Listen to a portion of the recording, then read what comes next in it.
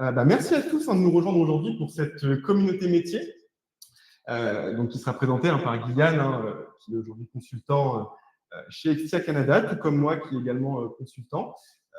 Donc pour vous rappeler un petit peu pour ceux qui ne connaissent pas, parce que tout le monde n'est peut-être pas familier avec le terme de communauté métier, c'est des événements qui sont impulsés par le groupe Exia dans le but de vraiment proposer à une communauté de personnes différents sujets divers et variés, que ce soit dans le domaine du professionnel ou du personnel. Ça peut être des communautés qui sont partagées par des collaborateurs propres à Exia ou des speakers externes, des sujets qui peuvent être de l'ordre du sport, du bien-être, des soft skills, ou bien des actualités du moment côté IT, parce que c'est vrai qu'aujourd'hui, on est quand même une firme de conseil dans l'IT, donc c'est vrai qu'on propose beaucoup de choses dans ce sens, mais c'est vrai que les communautés de métiers sont très ouvertes. Et aujourd'hui, Guyane va nous parler de deux passions qu'il a, qui sont l'agilité et le sport. Comment c'est né? C'est vrai que c'est né assez facilement, Guyane. Cette collaboration, Oui. C'est né du jour où je suis arrivé, je pense qu'on s'est rencontrés. On a mélangé un peu nos passions, l'agilité et le sport, et en fait, c'est arrivé comme ça, je pense. C'est vrai, par des échanges, on s'est dit pourquoi pas un jour partager un peu la passion qu'on avait sur le sport, sur l'agilité, au travers de nos missions et autres. Et c'est aujourd'hui que Guyane va nous présenter tout ça. Voilà. Guyane, je te laisse la main. Bien, merci Alan déjà pour ce partage. Je vais juste préciser quelques infos avant de commencer. Si vous avez donc des questions, des remarques, un retour d'expérience aussi, c'est intéressant. Alors n'hésitez pas, il y a le chat qui est prévu pour ça. On prendra un petit moment à la fin de la présentation pour revenir sur chacune des questions, sur vos retours d'expérience. C'est assez intéressant. Vous retrouverez aussi le lien de l'article en version PDF à la fin de cette présentation. Elle sera aussi disponible sur YouTube et vous aurez aussi le lien vers mon profil LinkedIn et les liens au fur et à mesure de cette présentation. J'hésiterai pas aussi à partager peut-être des petits liens dans le chat pendant la présentation pour en mettre un peu de contexte si nécessaire. C'est ça. Pour commencer, je dirais que j'ai jamais trop apprécié mélanger ma vie pro et ma vie perso. Côté pro, j'ai toujours été passionné par l'optimisation, la performance. C'est un peu pour ça que je me suis tourné vers ce qu'on appelle aujourd'hui les méthodes agiles. Ça fait maintenant 10 ans que je suis un peu dans cet environnement-là. Et côté perso, j'ai toujours fait plus ou moins de sport, mais c'est vrai que la course à pied et plus spécifiquement le trail aujourd'hui occupe une grosse partie dans ma vie au quotidien. En parallèle de ma petite vie, on sait tous aujourd'hui que la donnée, la data, elle est omniprésente, elle nous entoure, et notamment dans les sports d'endurance, que ce soit la course à pied ou le trail. Et il suffit de prendre l'exemple de l'UTMB, donc qui est l'Ultra Trail du Mont Blanc. Rapidement, c'est un peu la Champions League du trail. C'est le Saint Graal, la finale de la course en sentier. Et donc, si on prend les vainqueurs, par exemple, de cette année, donc qui sont Tom Evans chez les hommes et Rudd Croft chez les femmes, si on prend du recul et qu'on regarde derrière eux, on retrouve l'entreprise, par exemple, Enduro, qui est une entreprise donc, qui va proposer des programmes sportifs en utilisant donc, toute cette data orientée vers l'optimisation et la performance des athlètes. Et c'est un peu la face cachée derrière les performances aujourd'hui des athlètes comme Tom Evans et Rudd Croft. Alors voilà, après 10 ans à avoir séparé ces deux mondes, je me suis posé une question, j'ai eu une nouvelle envie, c'est celle de voir et d'explorer les principes de l'agilité, savoir si moi aussi je pouvais appliquer et utiliser les méthodes agiles avec toute cette data, toute cette donnée dans la mise en place d'un entraînement, d'une optimisation de performance pour ma préparation à un ultra trail. Est-ce que ça peut s'appliquer aussi à la préparation de course à pied pour un objectif plus spécifiquement?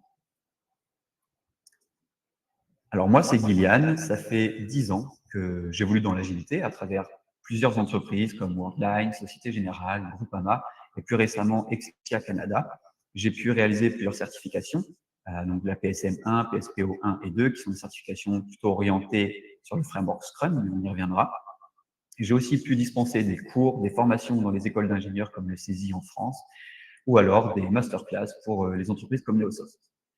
Côté perso, c'est assez récent. Ça fait 3 ans que la course à pied et le trail sont dans ma vie de façon intense. Et j'ai essayé de vous mettre une petite liste qui représente ma saison 2025 de course à pied et de trail, plus spécifiquement. Donc, on va retrouver la Sibérienne, la Romagnatoise, ou alors des courses un peu plus connues comme le trail du Saint-Jacques de l'UTMB, la CID, et plus récemment la Wild Trouble en Suisse. Donc, c'est des courses qui varient entre une vingtaine de kilomètres et une centaine et 900 mètres de dénivelé à plus de 3500 mètres de dénivelé. Avant de commencer, il va falloir se poser les bonnes questions. Tout d'abord, qu'est-ce que c'est les méthodes agiles? Les méthodes agiles, rapidement, c'est une approche de gestion de projet axée sur la flexibilité, la collaboration et la livraison de valeur. Tout ça, c'est basé sur ce qu'on appelle le manifeste agile. Vous pourrez retrouver le lien dans le chat, par exemple. Le manifeste agile, c'est une page, un PDF, qui représente 4 valeurs et 12 principes. Et c'est axé sur l'adaptation, l'autonomie et la satisfaction. Parmi toutes ces approches de gestion de projet, les méthodes agiles, on va retrouver des cadres de travail ou des frameworks. Et les plus connus aujourd'hui vont être Scrum et Kanban. Maintenant qu'on sait ça, vous allez me demander le lien avec la course à pied, il est où? La première étape, que ce soit en trail ou en agilité, en gestion de projet, c'est de définir un objectif clair, la définition d'un produit du côté agile. Le produit, ici, c'est l'équivalent de votre objectif sportif. L'objectif sportif, ça va dépendre des individus, mais ça peut être un objectif de temps, un objectif de distance, par exemple, réaliser un semi-marathon ou même un marathon, ou alors un objectif de poids, atteindre un certain poids. Aujourd'hui, je vais tenter d'appliquer les principes de l'agilité et plus spécifiquement du cadre de travail Scrum, le framework Scrum, à ma préparation d'Ultra Trail. Quand on essaye d'appliquer le framework Scrum, il faut savoir qu'on a besoin d'une équipe. L'équipe, elle est composée d'un Product Owner, d'un Scrum Master et de l'équipe de dev. Le Product Owner, ici, transposé au trail, ça va être un coach sportif, un ami, par exemple, qui va vous faire des programmes, ou alors vous-même. Le Scrum Master, ce sera vous. Et l'équipe, les ou la personne qui va réaliser les tâches, ici les séances de sport, votre programme, ce sera vos jambes et votre tête. Une fois qu'on a notre équipe, une des premières étapes, ça va être la mise en place du backlog pour la planification. Le backlog, en résumé, qu'est-ce que c'est? C'est comme un gros sac à dos dans lequel on va retrouver une liste ordonnée des tâches, des réalisations, des fonctionnalités à faire, en partant du haut, avec les tâches les plus importantes, ce qui va avoir le plus de valeur, et en bas, on retrouvera des tâches qui restent encore un peu floues à définir. Transposé au trail, le backlog, ou le gros sac à dos, il va contenir vos séances d'entraînement, que ce soit l'endurance fondamentale, le fractionné, les sorties longues, ça peut être aussi les plans de nutrition, le suivi du matériel avec le kilométrage de vos chaussures, par exemple, ou encore les aspects mentaux qu'on a tendance à oublier, comme le stress, la pression, le repérage des courses, toutes ces choses-là. Mais comme on ne peut pas tout faire d'un coup, le framework Scrum préconise de réaliser des sprints. Les sprints, c'est des petites périodes de travail, des phases de travail spécifiques avec un objectif à la clé, qui peuvent durer entre 1 et 5 semaines, par exemple. Et chaque sprint aura un rôle clé. Par exemple, le sprint 1, ce sera un cycle d'endurance fondamentale. Le sprint 2, un bloc de montée en intensité. Sprint 3, une phase de récupération active, etc., etc. À la fin de chacun des sprints, on va passer ce qu'on appelle la rétrospective. On y reviendra par la suite, mais rapidement, la rétrospective, c'est un événement issu du framework Scrum qui va nous permettre de nous adapter et de faire un retour de l'état des lieux, de nous poser les bonnes questions, savoir ce qui s'est bien passé ou mal passé. Et donc, à ce moment-là, quand on prend un peu de recul, on voit déjà que c'est un style de préparation évolutive. C'est différent des programmes qu'on peut trouver aujourd'hui sur Internet de 12 semaines, des blocs qui ne bougent pas, qui sont fixes. Ici, on veut quelque chose d'évolutif, quelque chose qui s'adapte à vos performances, à vous, et aussi, pourquoi pas, à votre agenda, à votre vie de famille. Donc, pour commencer, comme je le disais auparavant, il va nous falloir un objectif. Ici, mon objectif, le produit, pour moi, c'est l'Odyssée 100K de la Borealis by UTMB. Rapidement, qu'est-ce que c'est? Donc, c'est le moment promotion qui n'en est pas une, qui n'est pas rémunéré, mais ça me tenait énormément à cœur de vous en parler, puisque la Borealis by UTMB, c'est le premier trail estampillé by UTMB au Québec. Donc, avant ça, il n'y avait aucune course, aucun trail estampillé by UTMB au Québec.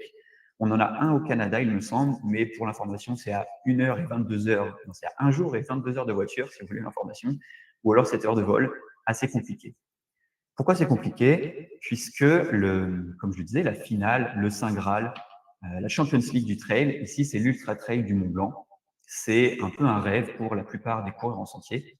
C'est donc cette course, cette fameuse course de plus de 170 km avec 10 000 mètres de dénivelé à Chamonix en France. Mais pour s'inscrire, pour participer à cette course, il faut être tiré au sort. Pour être tiré au sort, pour avoir des chances de tirer au sort, il nous faut des points. Ces points, on les appelle les running stones. Comment on gagne les running stones? En réalisant des courses estampillées by UTMB.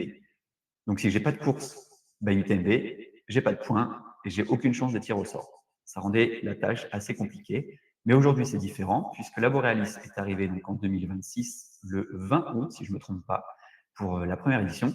Et ça permettra aux coureurs en sentier de gagner jusqu'à 3 chances, 3 running stones d'être tirés au sort pour participer à l'Ultra Trail de Lyon.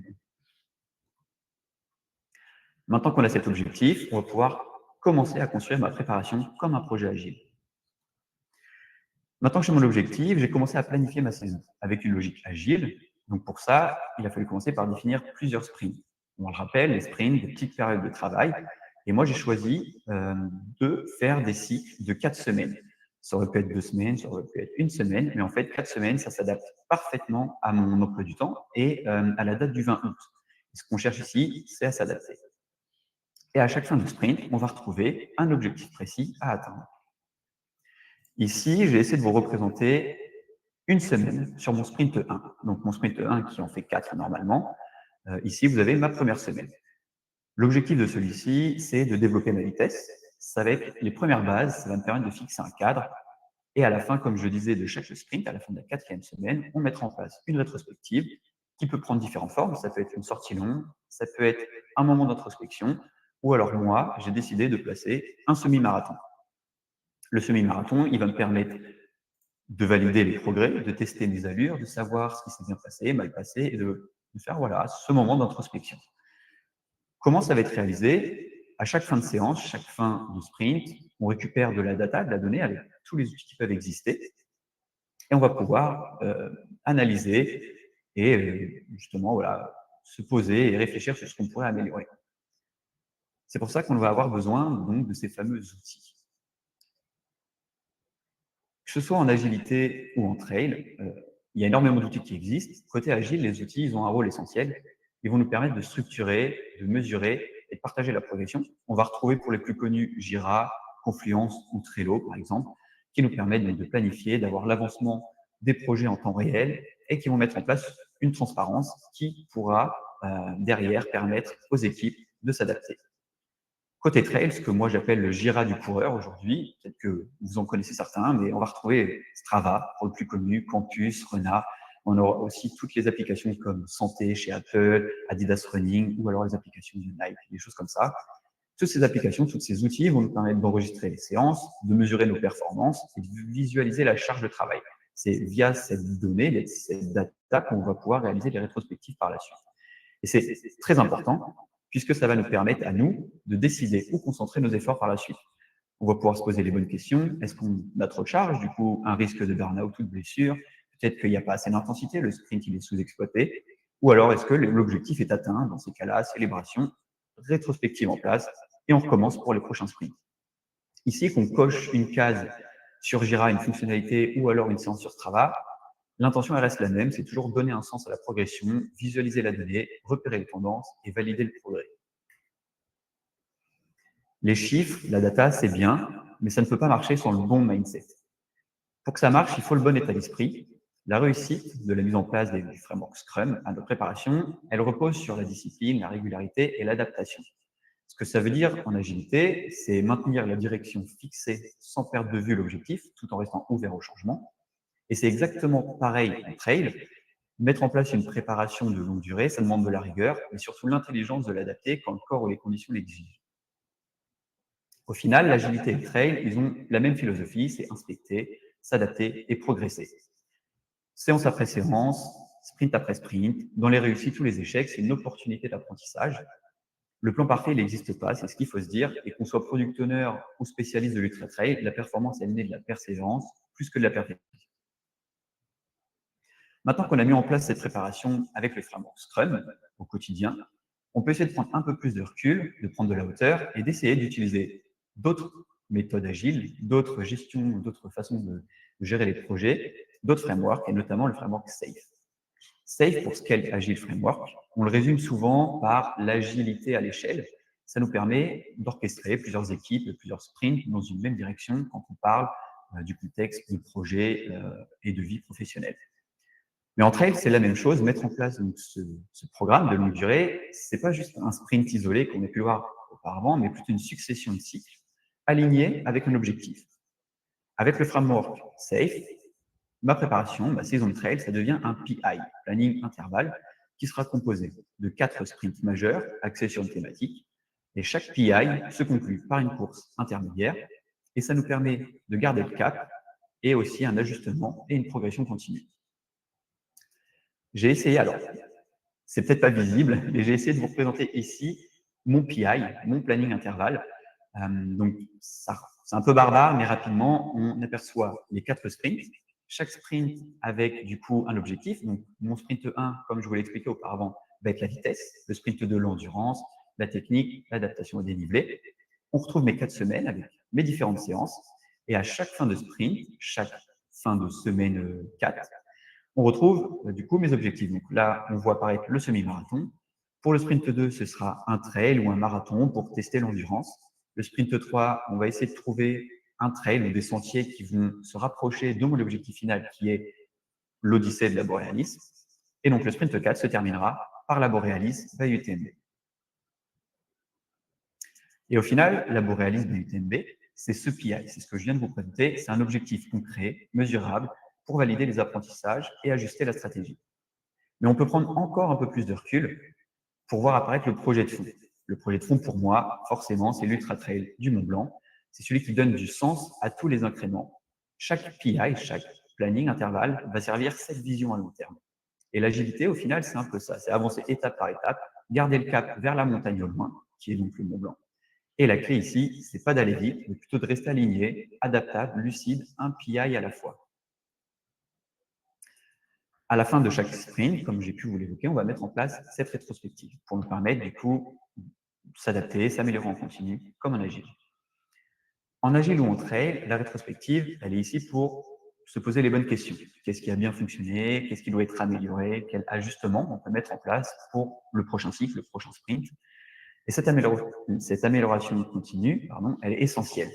Avec toutes les données, toute la data qu'on va obtenir via nos différentes séances, via nos différents outils, comme la fréquence cardiaque, l'allure, le dénivelé, la fatigue, la qualité du sommeil, etc., elle va nous permettre de nous poser, d'avoir un moment d'introspection et de se poser toutes ces questions. Est-ce que j'ai pris du plaisir à m'entraîner? Est-ce que j'ai respecté l'équilibre entre performance, récupération? Est-ce que mes séances restent aussi cohérentes avec mon objectif final? Puisque c'est ça aussi l'objectif qu'on veut avec un programme qui va s'adapter à notre vie. Cette adaptation, qui va être possible grâce à toutes ces données, elle va nous permettre un ajustement des volumes, de l'intensité, de l'alimentation. Elle nous permet aussi de jamais subir l'entraînement, c'est important, mais plutôt de le faire évoluer. Un peu comme ce qu'on dit en agilité, c'est un rythme de travail soutenable. C'est ce qu'on recherche ici. Prendre du recul et se dire aussi que l'échec, ce n'est pas une fin, mais plutôt un feedback. Et chaque rétrospective, au final, nous rapproche de mon objectif final. En dessous, ici, vous voyez un tableau avec énormément de données. Ça représente une sortie en endurance fondamentale et toutes les données qu'on peut récupérer aujourd'hui, que ce soit les calories, la distance, la cadence, la température, toutes ces choses-là. C'est avec toutes ces données que je vais pouvoir, moi, avoir un feedback et me poser les bonnes questions. En conclusion, l'agilité, c'est un état d'esprit qui dépasse les méthodes. Je me suis rendu compte, en prenant du recul et en réalisant mon article et cette présentation, ça dépasse le cadre professionnel. C'est une philosophie d'adaptation, c'est une manière d'aborder le défi, qu'il soit technique, personnel ou sportif, avec curiosité et une ouverture au changement. Sur les sentiers ou en réunion, il y a tout le temps des imprévus, que ce soit la météo, la fatigue, la douleur et plein d'autres. Et c'est là où l'esprit agile, en fait, prend tout son sens. Ça va nous permettre de nous ajuster, de revoir nos priorités, avancer pas à pas et tirer des leçons de chaque itération, de chaque sprint, chaque PI. Et l'important, c'est pas d'atteindre la ligne d'arrivée au final, mais plutôt de progresser de manière consciente, durable, vers une meilleure version de nous-mêmes. Pour finir, je dirais que finalement, être agile, c'est accepter que la perfection, elle n'existe pas, mais que l'amélioration continue, elle est infinie. Et merci de votre attention et d'avoir participé à cette présentation. J'entends applaudir d'ici, dans le bureau.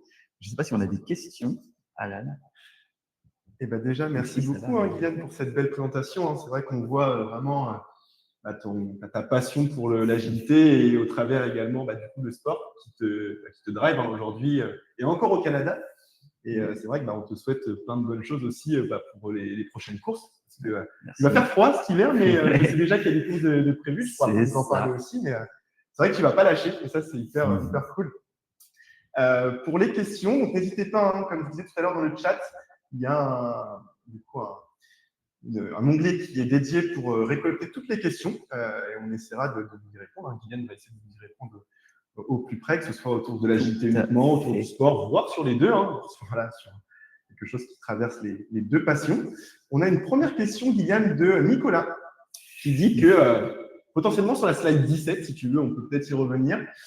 Il se demandait quelles sont les mesures qui vont permettre de savoir si on est sur un régime, si on est en sur-régime, pardon, ou au contraire en deçà de l'objectif. Alors, merci Nicolas pour cette question. Il va y avoir plusieurs facteurs, mais je pense que le plus important, déjà, un des premiers facteurs qui va être énormément important, c'est le ressenti. Il faut savoir s'écouter. Il y a plusieurs façons de faire ça. Soit, de base, vous vous connaissez déjà bien, soit on peut mettre en place certaines façons de faire. Je sais que moi, pour ma part, j'ai arrêté la caféine. Ça ne marchera pas pour tout le monde. Mais par exemple, arrêter la caféine, ça permet de se reconnecter, on va dire, avec son corps et de pas avoir de sensation, je sais pas, de boost ou des choses comme ça. Et on ressent plus la douleur ou la fatigue, les choses comme ça. Donc, premièrement, le ressenti. Et ensuite, on a énormément aujourd'hui d'outils, comme les montres connectées, ça peut être les ceintures cardiaques, les choses comme ça. Donc, forcément, il va falloir avoir des outils comme ça pour faire ce qu'on appelle du quantified self et avoir énormément de données sur nous. Et on peut s'en rendre compte par la VFC nocturne, par exemple. C'est des critères comme ça qu'on va avoir dans différentes applications. Et donc, encore une fois, c'est des chiffres, c'est de la donnée, il faut prendre des pincettes. Mais grâce à toutes ces données, toute cette data, on peut savoir si on est en surcharge ou non. J'espère que ça répond à ta question. Hyper intéressant. On a une seconde question dans l'onglet de Flavien, qui du coup se pose une question que tout le monde se pose. Hein. Avec les 6 mois d'hiver au Canada, pas trop dur de s'entraîner pour ce type de course? Alors, c'est différent, totalement. Il faut savoir que les grosses chaleurs ou alors les températures négatives, ça change totalement la donne. Par exemple, une température négative, il faut savoir que le corps va avoir plus de mal à irriguer le sang dans les extrémités, donc que ce soit les doigts ou les pieds. Donc déjà, il faut énormément se couvrir, faire attention à ça. Le cœur, il va être vachement plus sollicité. Ce que fait le froid aussi, c'est qu'il va ralentir les battements du cœur. Donc faire attention aussi à ça, ne pas se dire que je peux courir un sprint, mon cœur est à 130, tout va bien. Il faut faire attention à ça, il faut le savoir. C'est totalement différent, mais pour ma part, ce que j'ai décidé de faire, c'est de modifier, d'adapter au final mon programme sur des courses d'ici. Donc, par exemple, forcément, l'Ultra Trail de Jack Rabbit qui arrive le 20 février, qui va être une course au Val-David, ici au Québec, sous moins 20 degrés, sous la neige. Et en fait, ça me permet d'avoir un objectif et de savoir pourquoi, en fait, tous les soirs, je vais courir sous la neige. Ça motive, mais effectivement, c'est totalement différent. C'est plus dur, il faut avoir cette discipline, cette régularité, c'est important. C'est le bon mindset, le fameux. Moins 20 degrés et dire que tu voulais m'embarquer là-dedans. Il reste des places, n'hésitez pas, on peut envoyer le petit lien des inscriptions. Bon, c'est cool. Merci Guylaine pour cette réponse. J'espère que ça répond à ta question, Flavien. Tu parlais tout à l'heure du fait que tu avais des objectifs, on va dire, à moyen long terme. Et tu parlais de la Borealis, qui est une nouvelle course impulsée par l'UTMB. Donc, j'avais cette question à te poser. Est-ce que tu comptes t'y inscrire? Est-ce que tu as déjà un plan, on va dire, pour ta préparation? Est-ce que tu as déjà défini tes sprints, voire ton PI planning, on va dire, ou ton PI? Comment tu te vois par rapport à cette course qui sera la première édition au Québec en 2026? Exactement. Alors, j'ai déjà mon billet, je suis déjà inscrit. Il faut savoir qu'aujourd'hui, il y a un peu, je ne sais pas si c'est une mode, mais il y a un engouement énorme pour la course à pied ou le trail, donc il faut s'y prendre assez vite. Donc, le billet est pris, le rendez-vous est noté. J'ai préparé effectivement du coup mes différents PI. Donc, chaque sprint est vraiment orienté vers cet objectif. Donc, mes premiers sprints sont, comme je le disais, un cadre, un premier cadre, une idée. Donc, la vitesse, c'est vraiment préparation pour cette Borealis. Donc, tout ce que je vous ai présenté, c'est vraiment pas c'est pas inventé, c'est vraiment ce que je réalise et ce que je fais pour arriver à cet objectif. Donc, effectivement, d'abord développer donc, la vitesse, m'adapter au froid. Donc, ça, j'ai un bloc exprès pour ça où il va falloir que je parte faire des séances après 20 heures ou alors très tôt le matin. C'est moins rigolo, mais il faut le faire. L'Ultra Trail, forcément, de Jack Rabbit, qui va m'entraîner au froid et va m'entraîner aussi et me muscler donc les jambes dans la neige, tout ça. Donc, ça va me permettre d'avoir une autre foulée. Ça va être assez important. Mais effectivement, du coup, tous mes blocs sont prêts et plus je vais me rapprocher de cet objectif, plus mes sprints vont être orientés à ces sentiers-là, au dénivelé qui m'attend. Donc, ouais, effectivement, j'ai un peu hâte, mais tout est prêt. Cool. En tout cas, moi, je te souhaite beaucoup de réussite. Et de toute façon, il n'y aura, merci.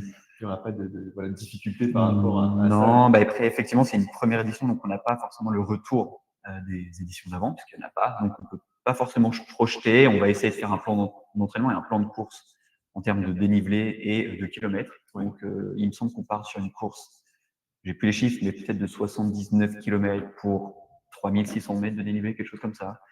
Donc, ça commence quand même à être une belle course. Ouais, je pense. Et ce qu'on veut ici, c'est les points, les running stones, pour s'inscrire à cette fameuse course qui est l'Ultra Trail du Mont-Blanc. Les running stones, c'est un terme d'ailleurs que tu m'as appris il y a très peu de temps. C'est un peu la monnaie, on va dire. Exactement, c'est totalement ça. C'est la monnaie d'échange pour notre ticket. Exactement. Super, bah c'est vraiment hyper intéressant de savoir qu'en plus, tu as des objectifs vraiment sur des grosses courses et sur des terrains que tu ne connais pas forcément. Déjà avec le froid, mais aussi au Québec, sachant qu'il y a des endroits qui sont plus ou moins plats et où d'autres sont plutôt avec du dénivelé. Donc, en tout cas, ce sera vraiment chouette d'avoir ton retour, en tout cas déjà avec la course Jack Rabbit qui arrive en février, sous moins 20 degrés, sous la neige, au Val-David, et potentiellement après avoir un peu ton retour sur comment tu peux entraîner pour atteindre cet objectif sur le TNB et la Borealis. On a une question de Yacine qui propose alors le workflow Scrum et même l'agilité en elle-même peut être mise en place dans n'importe quel type de structure, entre parenthèses entreprise, association, institution, ou est-ce vraiment spécifique aux entreprises? C'est une très bonne question de Yacine, puisque, alors rapidement, si je devrais répondre rapidement, ça s'applique à qui le veut et à tout le monde et à tout type d'entreprise. Il faut savoir que le framework Scrum, il est basé sur ce qu'on appelle, nous, le Scrum Guide. Donc, c'est un document d'une vingtaine de pages qui répertorie un peu comment mettre en place ce cadre de travail. J'insiste sur cadre de travail parce que justement, en fait, c'est juste un cadre. Ça met en place un cadre et une façon, un processus de faire les choses. Donc, que vous soyez boulanger ou dans l'informatique, photographe, peu importe, ou alors coureur d'ultra trail. On voit ici, et c'est aussi ce que j'ai voulu montrer aujourd'hui, que ça s'applique à toutes les différentes entreprises, à tous les différents niveaux, en fait. Et ce qu'il faut faire, c'est juste l'adapter. Donc, c'est ce que veut le framework Scrum, c'est s'adapter. Donc, il suffit d'adapter quelque chose, quelques petits points pour que tout ça fonctionne avec vous et il n'y a aucun problème avec ça. On a aussi tendance toujours à l'attacher au monde de l'IT, puisqu'on parle voilà, de la dev team, des choses comme ça. Mais encore une fois, dans le Scrum Guide, c'est bien précisé qu'on appelle ça l'équipe de développement, la dev team, juste de façon représentative, mais aucunement pour définir ça comme des développeurs, par exemple. Donc ici, on voit que la dev team, pour moi, c'est mes jambes et ma tête. Donc ça peut être très bien votre appareil photo si vous êtes photographe, ou alors votre four si vous êtes boulanger. Hyper intéressant. Et c'est vrai que dans la JT, on retrouve aussi souvent un événement qu'on appelle la Sprint Review qui permet de démontrer un petit peu les réalisations des 3 dernières semaines, 4 dernières semaines, enfin du sprint, on va dire, qui se termine. On démontre souvent aux clients. On n'a peut-être pas parlé, mais c'est ce qu'on échangeait autour de ça la dernière fois. Ça pourrait être potentiellement des sponsors que tu pourrais avoir un jour pour tout ce qui est nutrition ou équipement. C'est vrai que ça pourrait être des retours que tu pourrais leur donner sur tes performances pour aller chercher ce type de Tout à fait. Et je pense que si je prends l'exemple de différents athlètes, que ce soit par exemple Théo Détienne, je ne sais pas si ça parle à beaucoup de monde, ou alors François Daen, Mathieu Blanchard, Clem Picourt, toutes ces personnes qui vont avoir des sponsors, que ce soit Salomon, Brooks, New Balance, ils vont avoir, je pense, des réunions, des choses comme ça, dans lesquelles ils vont mettre en place déjà un plan de course, mais aussi revenir sur ce qui s'est bien passé, ce qui s'est mal passé. Et cette présentation des différents entraînements qu'ils vont pouvoir faire, ça va être un peu ce que nous, ici, on appelle la review du côté agilité. Et si je reprends l'exemple d'un photographe, par exemple, ça peut être ce moment, cette réunion, cet événement où le photographe va présenter son travail au client. Et donc, récupérer un feedback qui, nous, dans le monde du trail, va être de la data. ou alors un ressenti. Chez le photographe, ce sera plutôt le retour du client, comme un peu on peut avoir en agilité. D'accord. Hyper intéressant. Comme quoi, il y a vraiment tout qui match. Exactement, exactement. On a une autre question de Quentin. Comment vas-tu faire pour les ravitaux? Y a-t-il des personnes qui vont t'aider? Alors, je ne sais pas de quelle course Quentin veut parler, mais je pense qu'il parle peut-être de la Borealis ou peut-être de Jack Rabbit sous la neige. Merci Quentin pour ta question. Merci d'être là, merci d'être présent. Ça dépend, voilà, énormément. C'est ce que disait Alan des courses. Je peux prendre plusieurs exemples. Je peux prendre la 6000D qui était une course semi-autonome où on n'avait pas beaucoup de ravitaux, donc il fallait un peu avoir tout dans son gilet d'hydratation, son sac. C'était assez compliqué. Puis à l'époque, c'est pas si loin. On n'avait pas forcément d'équipe non plus pour faire nos ravitaux. Donc parfois les ravitaux sont présents sur certaines courses. Je pense que sur la Borealis ou les courses estampillées by UTMB, on a la chance d'avoir quand même de jolis ravitaux avec de la nutrition des grosses marques d'ici, que ce soit NAC ou Chrono, par exemple. Donc, ça nous permet, je pense, tous les 10 km, tous les 20 km, d'avoir des ravitaux. De mon côté, sur certaines courses, comme plus récemment la Backyard avec 100 km, j'ai eu la chance d'avoir une équipe, d'avoir des amis avec moi qui me fait tous mes ravitaux et ça change énormément la vie. Donc, c'est aussi grâce à eux que j'ai pu aller aussi loin. Donc, je dirais que ça dépend des courses. Il faut quand même toujours avoir de quoi se nourrir. Je pense que c'est dans le matériel obligatoire des courses de UTMB. Je pense qu'il faut au moins, je dis une bêtise, mais 400 grammes de glucides sur soi. Et ensuite, on va avoir des ravitaux tous les 10 ou 20 km, ça dépend. Mais on peut aussi avoir une équipe, donc la Dev Team ou alors la Scrum Team, comme on l'appelle en agilité, qui va nous aider et nous permettre des ravitaux. Parce qu'il faut savoir que c'est possible qu'on ne soit plus du tout lucide sur des courses aussi grandes. Donc, ça aide énormément et c'est comme ça que je compte m'y prendre pour la Borealis. Une équipe, des amis et les ravitaux présents pour la course. Super. On a une autre question de Gaylor qui dit « Quelle est la chose qui te motive le plus ?» Alors, merci Gaylor d'être présent, merci pour la question. D'être dans la course à pied ou dans le trail, je dirais que c'est le dépassement de soi pour moi. Enfin, c'est assez bizarre, peut-être que ça parlera ou pas. Mais il y a une sensation de se sentir un peu vivant. Et avant d'arriver dans le trail, j'étais surtout dans la course sur route. Et c'est vraiment arrivé à la fin de mon premier marathon. On peut se poser plein de questions, ça dépend des individus, mais à la fin de ce marathon, moi, ma question, c'était comment je peux faire plus. Et je pense que c'est toujours ce dépassement de soi, le fait de se sentir vivant. Et en fait, ce qu'on retrouve dans le trail et qu'on n'a pas en course à pied, c'est vraiment les paysages, l'aventure. Et en fait, c'est un peu ça, c'est une aventure.